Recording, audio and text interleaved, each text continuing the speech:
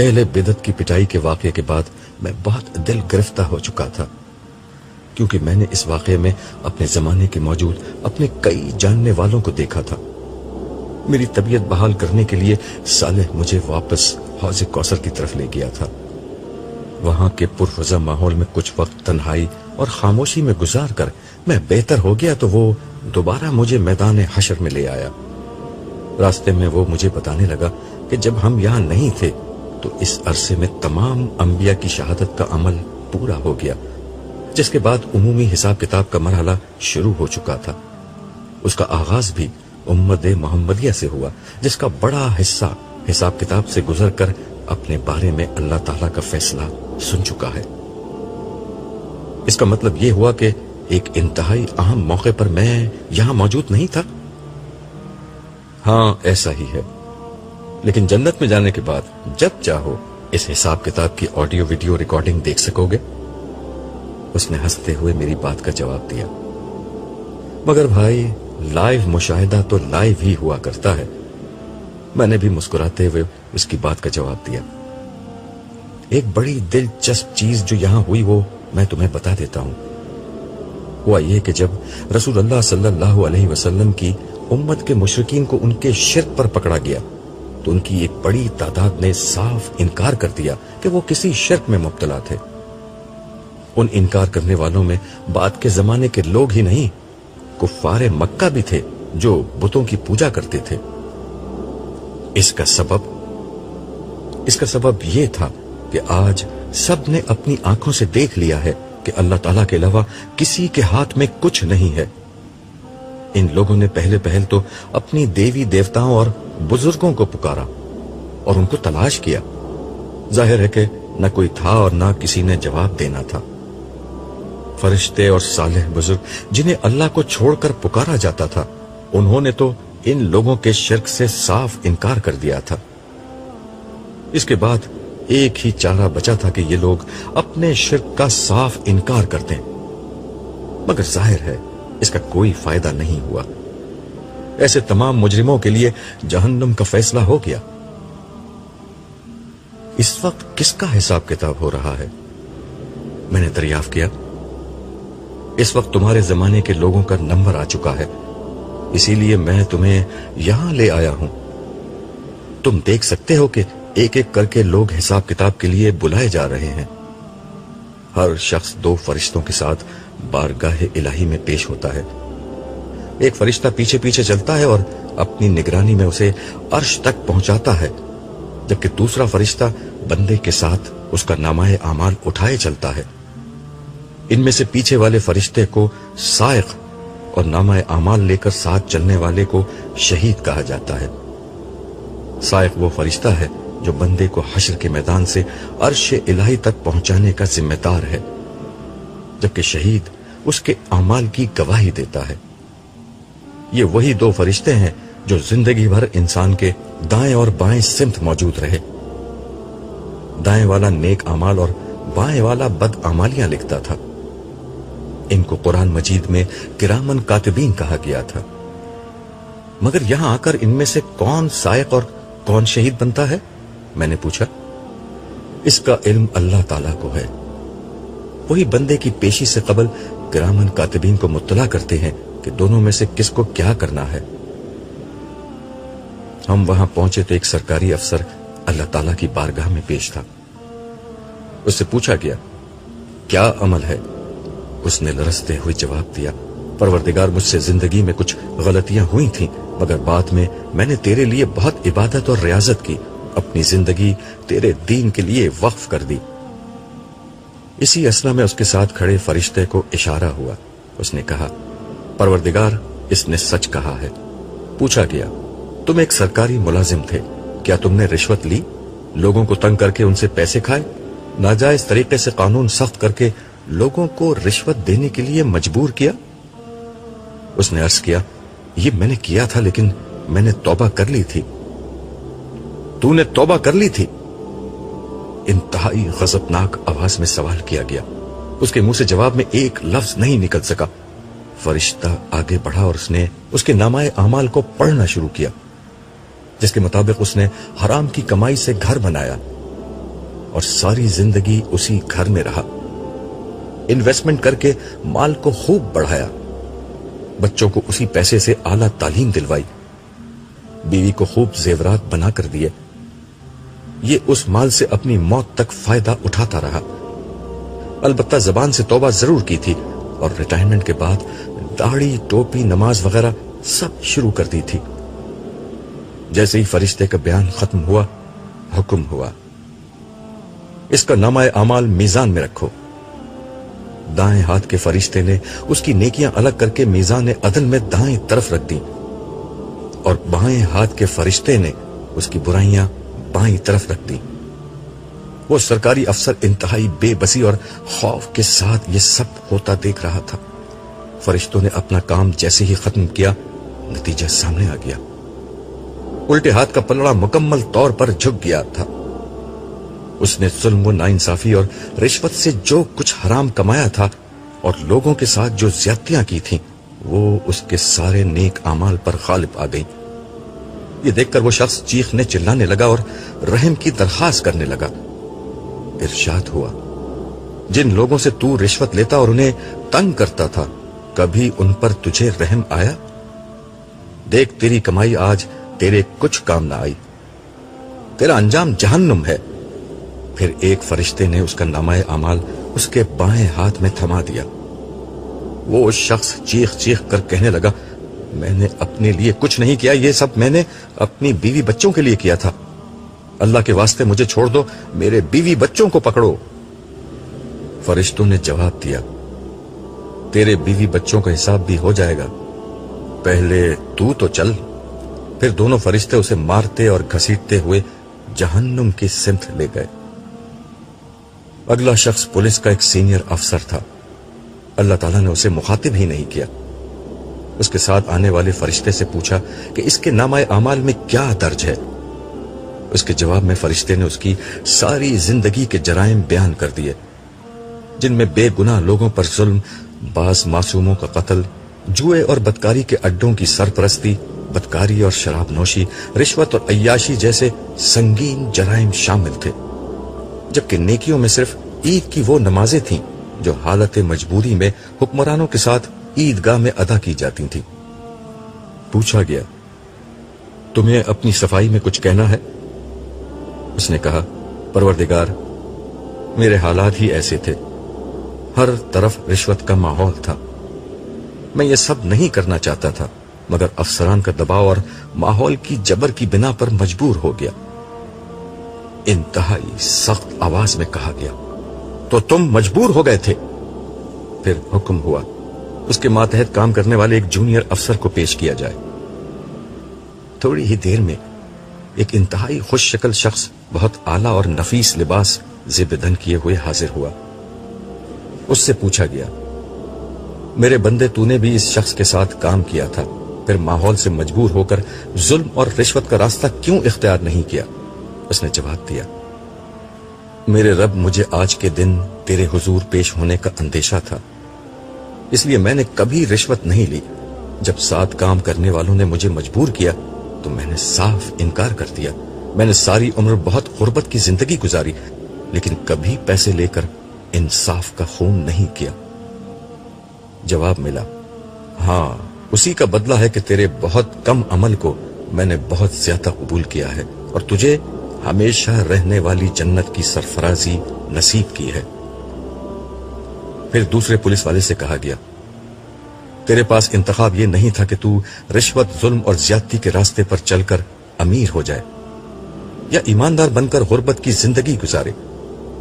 تیرے پاس انتخاب یہ تھا کہ انصاف کر کے جنت میں جائے یا پھر ظلم کرے اور جہنم میں جائے. تو تو نے جہنم کو پسند کر لیا. یہی ہمیشہ کے لیے تیرا بدلہ ہے. وہ پولیس والا ہار ماننے کے لیے تیار نہ تھا. وہ روتے ہوئے کہنے لگا، پروردگار، مجھے شیطان نے گمراہ کیا تھا. جواب ملا، اصل میں تو خود ایک شیطان تھا، حالانکہ تو میرے سامنے ایک معمولی چونٹی سے زیادہ بے بس تھا. اے بے وقت انسان، جس وقت تو انسانوں پر ظلم کرتا تھا اس وقت بھی تو میرے سامنے ہوتا تھا، لیکن میں نے تجھے مہلت دی، تو نے اس مہلت سے فائدہ نہیں اٹھایا. تو نے یہ سمجھا تھا کہ تجھے میرے حضور پیش نہیں ہونا. دیکھ تیرا گمان غلط ثابت ہوا. ادھر غیظ و غضب کے یہ الفاظ بلند ہو رہے تھے، ادھر میدان حشر کے بائیں جانب سے جہنم کے شعلوں کے بھڑکنے کی آواز تیز ہو رہی تھی. ان آوازوں نے ہر دل کو لرزا کر رکھ دیا تھا. ہر شخص پر سخت ہول کا عالم طاری تھا. کلیجے منہ کو آ رہے تھے، آنکھیں پھٹی ہوئی تھیں. لوگوں کے چہرے بالکل سیاہ پڑ چکے تھے. دل کی دھڑکنیں اتنی تیز تھیں کہ گویا دل سینہ توڑ کر باہر نکل آئے گا. مگر آج کوئی جائے فرار نہ تھی. ایک مجرم کا فیصلہ ہو رہا تھا اور دیگر مجرموں کی حالت خراب ہو رہی تھی. وقت کے فرعون و طاقتور ہستیاں، جابر حکمران، بے انتہا دولت کے خزانوں کے مالک، مشہور ترین سیلیبریٹیز، انتہائی اثر و رسوخ والے لوگ، سب معمولی غلاموں بلکہ بھیڑ بکریوں کی طرح بے بسی سے کھڑے اپنی قسمت کے فیصلے کے منتظر تھے. اور آج انہیں بچانے والا کوئی نہ تھا. پھر اس کا اعمال نامہ تولا کیا، جس میں حسب توقع الٹے ہاتھ کا پلڑا بھاری ہو گیا.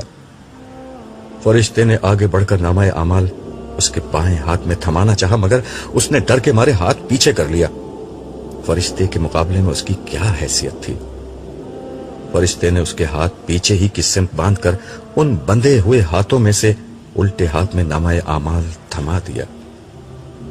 پھر دونوں فرشتے اسے مارتے پیٹتے ان شعلوں کی طرف بڑھ گئے جہاں بدترین انجام اس کا منتظر تھا. اگلا شخص ایک بہت دولت مند آدمی تھا.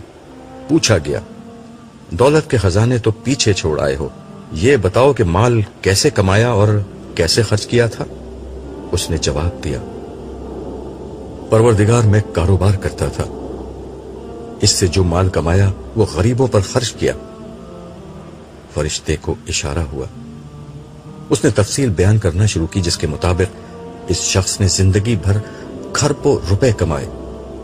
ابتدائی زندگی میں چھوٹے کاروبار سے آغاز کیا. چینی، آٹا اور دیگر بنیادی ضرورت کی اشیاء میں ملاوٹ، ذخیرہ اندوزی وغیرہ کی بنا پر بہت منافع کمایا اور اس کا بزنس تیزی سے پھیل گیا. مگر اس دفعہ مال کمانے کے لیے اس نے اپنے جیسے کئی دوسرے لٹیروں کے ساتھ مل کر ایک کارٹل بنا لیا. کارٹل کا کام یہی تھا کہ مارکیٹ کو کنٹرول کر کے اپنی مرضی کی قیمت پر اشیاء فروخت کی جائیں. یہ کارٹل جو انتہائی بارسوخ افراد پر مشتمل تھا، اپنے سیاسی رابطوں اور رشوت کے ذریعے سے اپنی مرضی کی قیمتیں طے کراتا.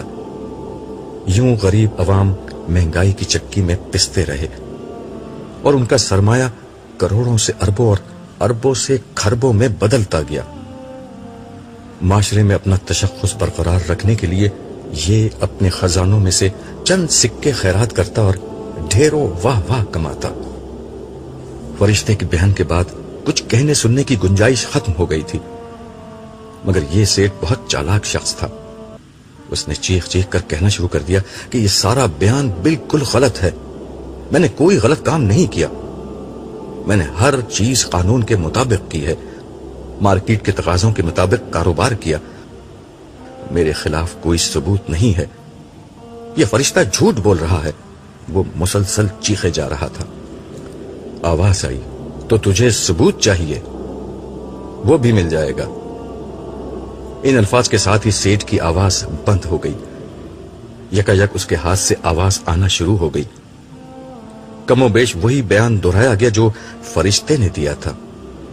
پھر ایسی ہی گواہی اس کے پیروں سے آنا شروع ہو گئی اور رفتہ رفتہ پورے جسم نے اس کے خلاف گواہی دے دی، حتیٰ کہ اس کے سینے نے اس کے دل کی وہ نیت بھی بیان کر دی جو فرشتوں کے ریکارڈ میں درج نہ تھی. اس گواہی کے بعد کہنے سننے کی ساری گنجائش ختم ہو گئی اور وہی انجام سامنے آ گیا جو پچھلوں کے سامنے آیا تھا. صرف ایک اضافی بات ہوئی، وہ یہ کہ فرشتوں کو حکم ہوا کہ جہنم میں دیگر عذابوں کے ساتھ اس کے مال و دولت اور خزانوں کو آگ میں دہکایا جائے اور اس سے اس کی پیٹھ، اس کی پیشانی اور اس کی کمر کو بار بار داغا جائے. اس کے بعد فرشتے اسے منہ کے بل گھسیٹتے ہوئے جہنم کی سمت لے گئے. ایک ایک کر کے لوگ آتے جا رہے تھے اور ان کے معاملات نمٹتے جا رہے تھے. چند لوگوں کا معاملہ بڑا ہی عبرتناک تھا۔ ان میں سے پہلا شخص آیا تو محسوس ہوا کہ اس کے نامہ اعمال میں نیکیوں کے پہاڑ ہیں۔ عبادت، ریاضت، نوافل، اذکار، نماز، روزہ، زکوٰۃ، حج اور عمرے کی قطار تھی جو اس کے نامہ اعمال سے ختم ہی نہیں ہو رہی تھی۔ مگر اس کے بعد فرشتے نے اس کے نامہ اعمال میں موجود ان اعمال کو پڑھنا شروع کیا جن کا تعلق مخلوق خدا کے ساتھ تھا۔ تو معلوم ہوا کہ کسی کو گالی دی، کسی پر تہمت لگائی ہے، کسی کو مارا پیٹا ہے۔ چنانچہ بارگاہ الہی سے فیصلہ ہوا کہ سارے مظلوموں کو بلا لو۔ اس کے بعد ہر مظلوم کو اس کے حصے کی نیکیاں دے دی گئیں۔ کچھ مظلوم پھر بھی رہ گئے تو حکم ہوا کہ ان کے گناہ اس کے کھاتے میں ڈال دو۔ اس کے بعد جب اعمال کا وزن ہوا تو الٹے ہاتھ کا پلڑا بالکل جھک گیا۔ وہ شخص چیختا چلاتا رہا مگر اس کی ایک نہ چلی اور فرشتے اسے کھینچتے ہوئے جہنم کی سمت لے گئے۔ کچھ لوگ ایسے آئے جن کا انجام دیکھ کر مجھے اپنی فکر پڑ گئی۔ ان میں سے ایک عالم تھا۔ وہ پیش ہوا تو اللہ تعالیٰ نے اسے اپنی ساری نعمتیں یاد دلائیں اور پھر اس سے پوچھا کہ تم نے جواب میں کیا کیا؟ اس نے اپنی علمی اور دعوتی کارنامے سنانے شروع کیے۔ جواب میں اسے کہا گیا کہ تو جھوٹ بولتا ہے، تو نے یہ سب اس لیے کیا کہ تجھے عالم کہا جائے۔ سو دنیا میں کہہ دیا گیا۔ فیصلے کا نتیجہ صاف تھا۔ چنانچہ فرشتے اسے منہ کے بل گھسیٹتے ہوئے جہنم کی سمت لے گئے۔ ایسا ہی معاملہ ایک شہید اور ایک سخی کے ساتھ ہوا۔ ان سے بھی وہی سوال ہوا۔ انہوں نے بھی اپنے کارنامے سنائے مگر ہر دفعہ یہی جواب ملا کہ تم نے جو کچھ کیا دنیا میں لوگوں کو دکھانے اور ان کی نظروں میں مقام پانے کے لیے کیا، سو وہی تعریف تمہارا بدلہ ہے۔ نہ میرے لیے کچھ کیا، نہ میرے پاس دینے کے لیے کچھ ہے۔ انہیں بھی جہنم کی سمت روانہ کر دیا گیا۔ ان لوگوں کا حساب کتاب ہو رہا تھا اور میں حساب کتاب لگا رہا تھا کہ میں نے کتنے کام اللہ کے لیے کیے ہیں اور کتنے لوگوں کی نظروں میں مقام و بڑائی پانے کے لیے۔ احتساب اور فیصلوں کے عمل میں بعض عجیب و غریب اور ناقابل تصور باتیں سامنے آ رہی تھیں۔ دنیا میں ہونے والی سازشوں، معروف لوگوں کے قتل، گھریلو، دفتری، ملکی اور بین الاقوامی سطح پر ہونے والے واقعات کے پیچھے کار فرما عوامل، ان میں ملوث افراد، خفیہ ملاقاتوں کی رویداد، بند کمروں کی سرگوشیاں، بس ہر چیز آج کے دن کھل رہی تھی۔ عزت دار ذلیل بن رہے تھے، شرفا بدکار نکل رہے تھے، معصوم گناہگار ثابت ہو رہے تھے۔ لوگ زندگی بھر جس پروردگار کو بھول کر جیتے رہے وہ ان کے ہر لمحے کا گواہ تھا۔ کوئی لفظ نہ تھا جو ریکارڈ نہ ہوا ہو اور کوئی نیت اور کوئی خیال ایسا نہ تھا جو اس کے علم میں نہ آیا ہو۔ رائی کے دانے کے برابر بھی کوئی عمل نہ تھا جو کیا گیا ہو اور اس کا اندراج ایک کتاب میں نہ کر لیا گیا ہو۔ اور آج کے دن یہ سب کچھ سب لوگوں کے سامنے اس طرح کھول دیا گیا تھا کہ ہر انسان گویا بالکل برہنہ کھڑا ہوا تھا۔ میں یہ سب کچھ سوچ رہا تھا اور دل میں لرز رہا تھا کہ اگر میری غلطیاں اور کوتاہیاں بھی آج سامنے آ گئیں تو کیا ہوگا؟ کوئی اور سزا نہ ملے، انسان کو صرف بے پردہ ہی کر دیا جائے؟ یہی آج کے دن کی سب سے بڑی سزا بن جائے گی۔ صالح نے غالباً میرے خیالات کو پڑھ لیا تھا۔ وہ میری پیٹھ تھپ تھپاتے ہوئے بولا، پروردگار عالم کی کریم ہستی اپنے نیک بندوں کو رسوا نہیں کرے گی۔ اس کی کرم نوازی اپنے صالح بندوں کی اس طرح پردہ پوشی کرے گی کہ ان کی کوئی خطا اور گناہ، کوئی لغزش اور بھول لوگوں کے سامنے نہیں آئے گی۔ تم بے فکر رہو، خدا سے زیادہ اعلیٰ ظرف ہستی تم کسی اور کی نہ دیکھو گے۔ بے شک، مگر اس وقت تو میں خدا کی گرفت دیکھ رہا ہوں۔ اس طرح کی جہنم کی سزا سنانے سے قبل بدکاروں کے چہرے سے شرافت اور معصومیت کا نقاب نوچ کر پھینکا جاتا ہے اور پھر ان کو عذاب کی نظر کیا جاتا ہے۔ میں نے اندیشہ ناک لہجے میں جواب دیا۔ صالح نے مجھے اطمینان دلاتے ہوئے کہا، یہ صرف مجرموں کے ساتھ ہو رہا ہے۔ جسمانی عذاب سے قبل انہیں رسوائی کا ذہنی عذاب دیا جاتا ہے۔ صالحین کے ساتھ یہ ہرگز نہیں ہوگا۔ ہم یہ گفتگو کر رہے تھے کہ ایک اور شخص کو بارگاہ الوہیت میں پیش کیا گیا۔ اس نے پیش ہوتے ہی بارگاہ ازدی میں عرض کیا، پروردگار، میں بہت غریب گھرانے میں پیدا ہوا تھا، بچپن بہت غربت میں گزرا، جوانی میں مجھ سے کچھ غلطیاں ہو گئی تھی، لیکن تو مجھے معاف کر دے۔ فرشتے سے مخاطب ہو کر پوچھا گیا، کیا واقعی اسے میں نے غربت سے آزمایا تھا؟ فرشتے نے ادب سے عرض کیا، مالک یہ ٹھیک کہتا ہے، لیکن یہ جنہیں غلطیاں کہہ رہا ہے وہ اس کے بدترین جرائم ہیں۔ یہ ایک رہزن بن گیا تھا، چند روپوں اور موبائل جیسی معمولی چیزیں چھیننے کے لیے اس نے کئی لوگوں کو مار ڈالا اور کئی لوگوں کو زخمی کیا تھا۔ اچھا، مالک ذوالجلال نے فرمایا، اس اچھا میں جو غضب تھا اس میں اس شخص کا انجام صاف نظر آ گیا تھا۔ پھر قہر الہی بھڑک اٹھا، اے ملعون شخص، میں نے تجھے غریب تو پیدا کیا تھا، لیکن بہترین جسمانی صحت اور صلاحیت سے یہ موقع دیا تھا کہ تو زندگی میں ترقی کی کوشش کرتا۔ تو یہ کرتا تو میں تجھے مال سے نواز دیتا، کیونکہ تجھے اتنا ہی رزق ملنا تھا جو تیرے لیے مقدر تھا، مگر تو نے اس رزق کو خون بہا کر اور ظلم کر کے حاصل کیا۔ آج تیرا بدلہ یہ ہے کہ ہر وہ شخص جس کو تو نے قتل کیا اور جس پر ظلم کیا، اس کے گناہوں کا بوجھ بھی تجھے اٹھانا ہوگا۔ تیرے لیے ابدی جہنم کا فیصلہ ہے، تجھ پر لعنت ہے، تیرے لیے ختم نہ ہونے والا دردناک عذاب ہے۔ یہ الفاظ ختم ہوئے ہی تھے کہ فرشتے تیر کی طرح اس کی طرف لپکے اور اسے انتہائی بے دردی سے مارتے پیٹتے اور گھسیٹتے ہوئے جہنم کی سمت لے گئے۔ اگلی شخصیت جسے حساب کتاب کے لیے پیش کیا گیا، اسے دیکھ کر میری اپنی حالت خراب ہو گئی۔ یہ کوئی اور نہیں، میری بیٹی لیلا کی سہیلی آسماء تھی۔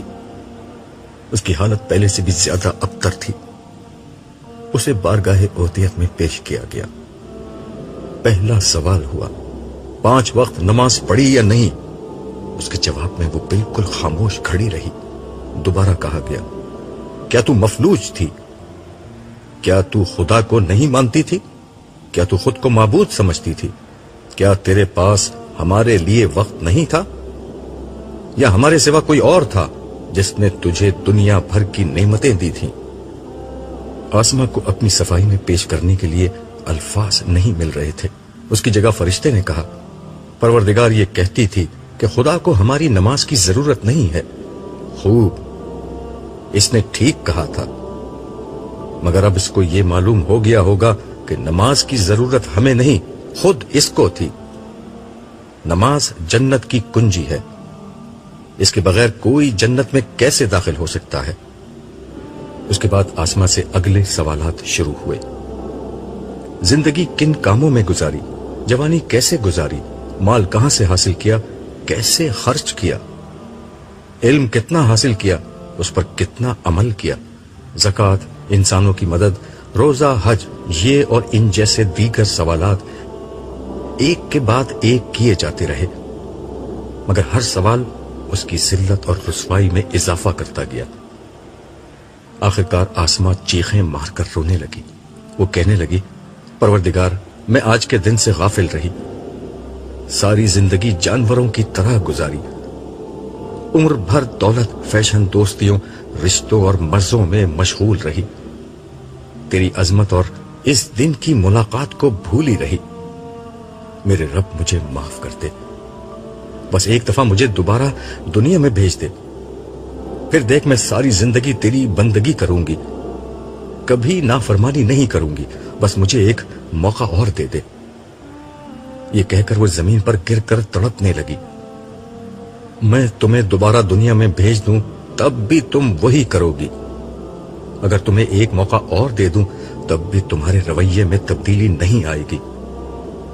میں نے اپنا پیغام تم تک پہنچا دیا تھا، مگر تمہاری آنکھوں پر پٹی بندھی رہی، تم اندھی بنی رہی، اس لیے آج تم جہنم کے تاریک گڑھے میں پھینکی جاؤ گی۔ تمہارے لیے نہ کوئی معافی ہے اور نہ دوسرا موقع۔ پھر اس کے ساتھ بھی وہی کچھ ہوا جو اس سے پہلے لوگوں کے ساتھ ہو چکا تھا۔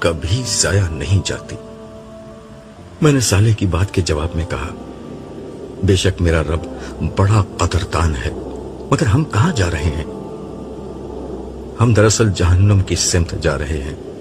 میں تمہیں اب اہل جہنم سے ملوانا چاہ رہا ہوں۔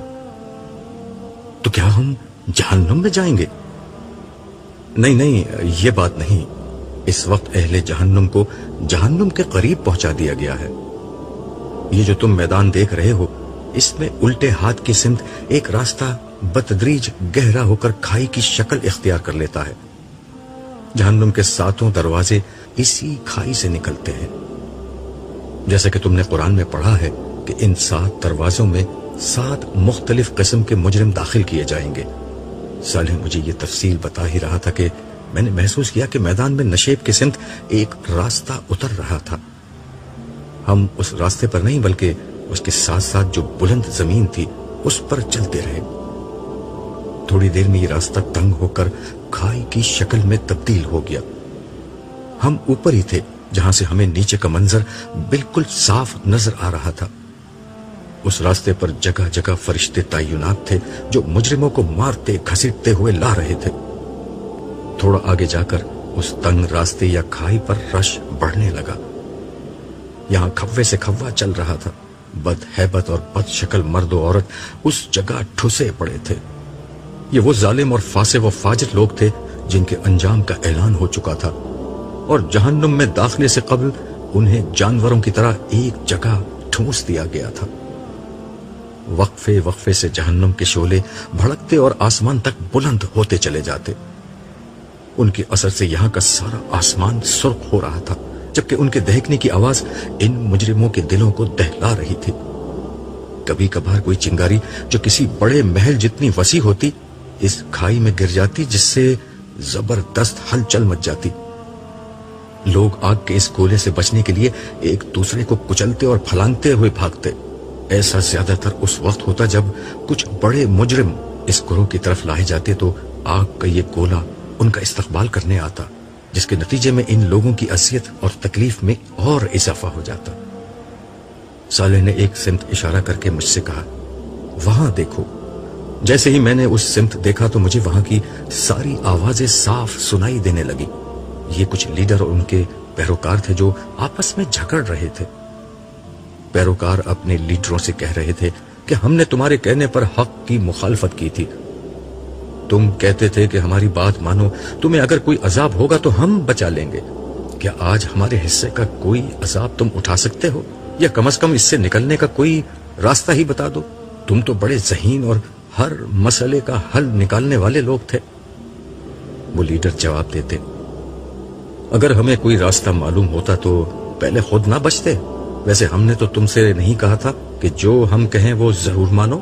ہم نے زبردستی تو نہیں کی تھی۔ ہمارے راستے پر چلنے میں تمہارے اپنے مفادات تھے۔ اب تو ہم سب کو مل کر اس عذاب کو بھگتنا ہوگا۔ اس پر پیروکار کہتے، اے اللہ، ہمارے ان لیڈروں نے ہم کو گمراہ کیا، ان کو دگنا عذاب دے۔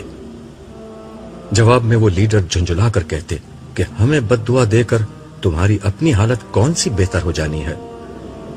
اس گفتگو پر صالح نے یہ تبصرہ کیا، ان سب کے لیے ہی دگنا عذاب ہوگا، کیونکہ جو پیروکار تھے وہ بعد والوں کے لیڈر بن گئے اور ان کو اسی طرح گمراہ کیا۔ دیکھو ان کے مزید پیروکار آ رہے ہیں۔ میں نے دیکھا تو واقعی اس ہجوم میں دھکم پیل شروع ہو گئی، کیونکہ کچھ اور لوگ ان کی طرف آئے تھے۔ وہ لیڈر بولے، ان بدبختوں کو بھی یہیں آنا تھا، پہلے ہی جگہ اتنی تنگ ہے، یہ بدبودار لوگ اور آ گئے۔ نئے آنے والے اس بدترین استقبال پر آپے سے باہر ہو گئے۔ ایک نیا جھگڑا شروع ہو گیا جو تھوڑی دیر میں مار پیٹ میں تبدیل ہو گیا۔ اہل جہنم ایک دوسرے کو برا بھلا کہتے، گالیاں بکتے، باہم دست و گریباں ہو گئے۔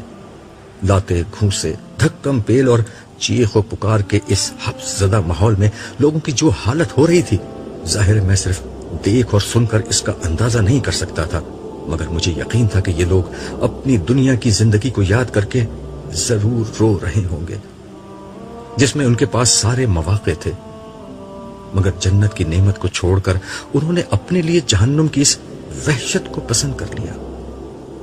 صرف چند روزہ مزوں، فائدوں، خواہشات اور تعصبات کی خاطر؟ صالح مجھ سے کہنے لگا، ابھی تو یہ لوگ جہنم میں گئے ہی نہیں، وہاں تو اس سے کہیں بڑھ کر عذاب ہوگا۔ ان کے گلے میں غلامی اور ذلت کی علامات کے طور پر طوق پڑا ہوگا، پہننے کے لیے گندھک اور تارکول کے کپڑے ملیں گے جو دور ہی سے آگ کو پکڑ لیں گے۔ یہ آگ ان کے چہرے اور جسم کو جھلسا دے گی، وہ اذیت سے تڑپتے رہیں گے مگر کوئی ان کی مدد کو نہ آئے گا، نہ ان پر ترس کھائے گا۔ پھر ان کی جھلسی ہوئی جلد کی جگہ نئی جلد پیدا ہوگی جس سے انہیں شدید خارش ہوگی۔ یہ اپنے آپ کو کھجاتے کھجاتے لہو لہان کر لیں گے مگر کھجلی کم نہ ہوگی۔ جب کبھی انہیں بھوک لگے گی تو انہیں کھانے کے لیے خاردار جھاڑیاں اور کڑوے زہریلے تھور کے درخت کے وہ پھل دیے جائیں گے جن پر کانٹے لگے ہوں گے، جبکہ پینے کے لیے غلیظ اور بدبودار پیپ، ابلتا پانی اور کھولتے تیل کی تلچھٹ ہوگی جو پیٹ میں جا کر آگ کی طرح کھولے گا۔ اور پیاس کا عالم یہ ہوگا کہ یہ لوگ اس کو تونس لگے ہوئے اونٹ کی طرح پینے پر مجبور ہوں گے۔ وہ پانی ان کی پیٹ کی اتڑیاں کاٹ کر باہر نکال دے گا۔ جہنم میں فرشتے انہیں بڑے بڑے ہتھوڑوں سے ماریں گے جس سے ان کا جسم بری طرح زخمی ہو جائے گا۔ ان کے زخموں سے جو لہو اور پیپ نکلے گی وہ دوسرے مجرموں کو پلائی جائے گی۔ پھر ان کو زنجیروں میں باندھ کر کسی تنگ جگہ پر ڈال دیا جائے گا۔ وہاں ہر جگہ سے موت آئے گی مگر وہ مریں گے نہیں۔ اس وقت ان کے لیے سب سے بڑی خوشخبری موت کی خبر ہوگی، مگر وہاں انہیں موت نہیں آئے گی۔ وقفے وقفے سے یہ سارے عذاب وہ ہمیشہ بھگتتے رہیں گے۔ صالح نے مزید کہا، اہل جہنم کو جہنم میں داخل کرنے سے قبل یہاں اوپر لایا جائے گا اور انہیں جہنم کے ارد گرد گھٹنوں کے بل بٹھا دیا جائے گا۔ چنانچہ ان کے لیے سب سے پہلا عذاب یہ ہوگا کہ وہ اپنی آنکھوں سے سارے عذاب دیکھ لیں گے۔ پھر گروہ در گروہ اہل جہنم کو جہنم کی تنگ و تاریک جگہوں پر لے جا کر ٹھونس دیا جائے گا، اور عذاب کا وہ سلسلہ شروع ہوگا جس کی تفصیل میں نے ابھی بیان کی ہے۔